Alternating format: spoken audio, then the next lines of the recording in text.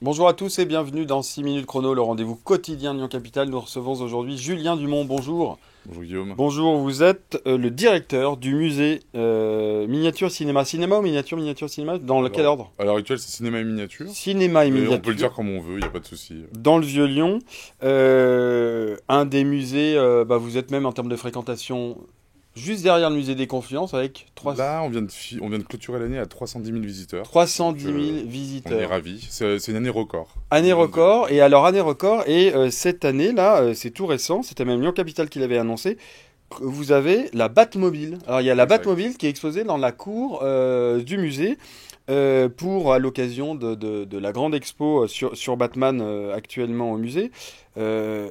Comment, c'est une première mondiale, comment vous avez réussi ce tour de force? Alors, ça fait 10 ans que j'ai un ami qui s'appelle Franck Galliègue, qui est collectionneur de voitures de films. C'est la Ok, plus grande collection en Europe. ouais, Et là, sa collection, c'est Movie Car Central. ok. Et depuis 10 ans, plusieurs fois avec Franck, on partait un peu à l'aventure, aller chercher des objets de cinéma, et lui des voitures. Bon, la réalité, c'est que j'ai pas le permis, donc j'ai jamais collectionné les voitures de films. Mhm. Et Franck avait donc cette collection incroyable. Et quand on a commencé l'expo Batman, on s'est dit avec Franck que ce serait quand même bien pour le dernier mois de l'expo de ramener la Batmobile au sein du musée. Et Franck avait déjà une Batmobile, mais une réplique, lui. Il l'a acheté il y a presque 8 ans. Et en fait, on a su que très récemment que cette voiture était une voiture du film, grâce à ceux qui l'ont fabriquée, qui l'ont contacté sur Facebook et Instagram. Donc c'est une histoire assez dingue, sachant que cette Batmobile a été découverte dans un champ abandonné aux États-Unis en fait. Franck l'a rapatriée et l'a restaurée. Donc c'est Parce que magique en une fait. Batmobile, enfin ça, on est d'accord, c'est la Batmobile de Batman 89 avec Michael Keaton et Jack Nicholson. Il y en Exact. a combien de Il y en a eu Batmobiles? plusieurs en fait qui ont été Ok. fabriqués par les équipes anglaises. En fait, c'est Johan Caldo qui est le dessinateur de la Batmobile et il l'a envoyé à Keith Short en fait qui est un sculpteur malheureusement décédé il y a 2 ans.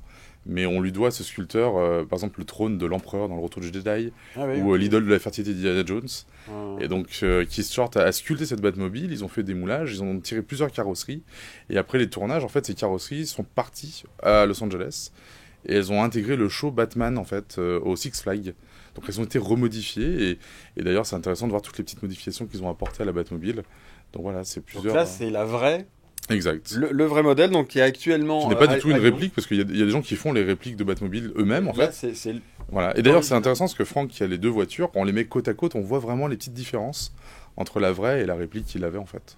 Bon, en tout cas, voilà, pour ceux qui veulent aller voir la Batmobile, ça vaut le coup. Elle est à Lyon, en première mondiale. Euh, de manière générale, parce que là, effectivement, c'est une histoire de relation qui vous a permis d'avoir cette Batmobile. De manière générale, comment vous faites au musée des miniatures pour avoir des pièces originales de films qui arrivent au musée? Alors déjà, le musée existe grâce à l'impulsion de Dan, Ouais, qui a créé ce musée il Dan y a Onman, bientôt ouais. maintenant 20 ans.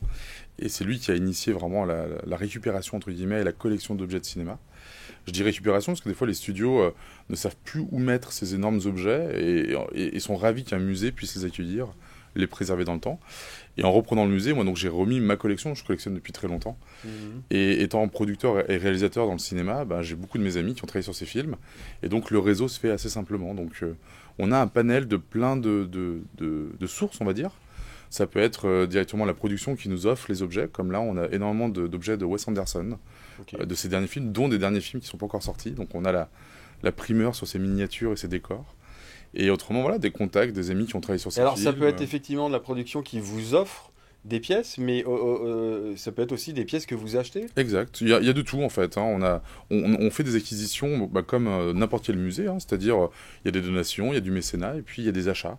Donc Parce que par exemple, vous aviez sur le Jurassic Park, vous oui. avez notamment quelques pièces, Ah bah là en des plus on va productions. préparer bientôt, vu que c'est les 30 ans cette année du film Jurassic Park, on va préparer un petit espace Jurassic Park au musée très sympa. Donc Vous avez Alien Alien, avant? exact. Et là on est en train de finir la restauration du seul costume d'Aliens de James Cameron quasiment en état. Il y en a eu 6 sur le tournage. Il y en a que 2 plus ou moins bon état dans le monde, dont un des nôtres en fait. Donc on finit de le restaurer. Euh, 320 000 visiteurs. 10, 310. 310, pardon. C'est assez énorme. Comment vous expliquez le succès du musée des miniatures et cinéma? Alors, tous les jours, c'est magique de voir cette structure que Dan a créée, vraiment de manière privée et qui Mhm. fonctionne aussi bien. Je pense que c'est aussi le mélange entre le plaisir, la passion et la magie entre les miniatures et les objets de cinéma. Les gens sont émerveillés et le bouche à oreille fonctionne très bien. Mhm. Les gens sont toujours. Moi, j'ai des gens. Encore, j'en parle avec hier. Hier, il y a des visiteurs qui sortaient du musée qui me disaient mais j'ai pris une claque, j'avais jamais pensé voir des choses pareilles dans ce musée. Ils étaient tout émus en fait, c'était vraiment touchant. Donc l'exposition Batman, c'est jusqu'au 5 mars. 5 mars. Donc la Batmobile, ça vaut le coup d'y aller. Quelles sont les prochaines expos qui vont avoir un peu de Alors, bruit? bah là, c'est une très belle première mondiale. On vient d'avoir l'accord de Lucasfilm pour l'expo. C'est une expo sur Drew Struzan, qui est l'artiste des affiches de Star Wars, Indiana Jones, Harry Potter. Et donc, c'est un des derniers artistes qui faisait des affiches peintes. Maintenant, c'est plus du Photoshop. Mhm. Donc, c'est une très belle rétrospective sur tout son univers avec des choses un peu inédites. Donc, on est ravis de se dire qu'un artiste mondialement connu comme Drew n'avait jamais eu d'expo dans un Ils musée. viennent à Lyon, ils Voilà, choisissent Lyon. exactement. Euh, Donc, on est ravis. Bon, très bien. Merci beaucoup d'être venu nous présenter ces nouveautés au musée miniature. Donc Batman et la Batmobile, c'est jusqu'au 5 mars, musée des miniatures. Eh ben, je vais y arriver. Et cinéma dans le Vieux-Lyon. Moi, je vous souhaite une très bonne journée. À très bientôt. Au revoir.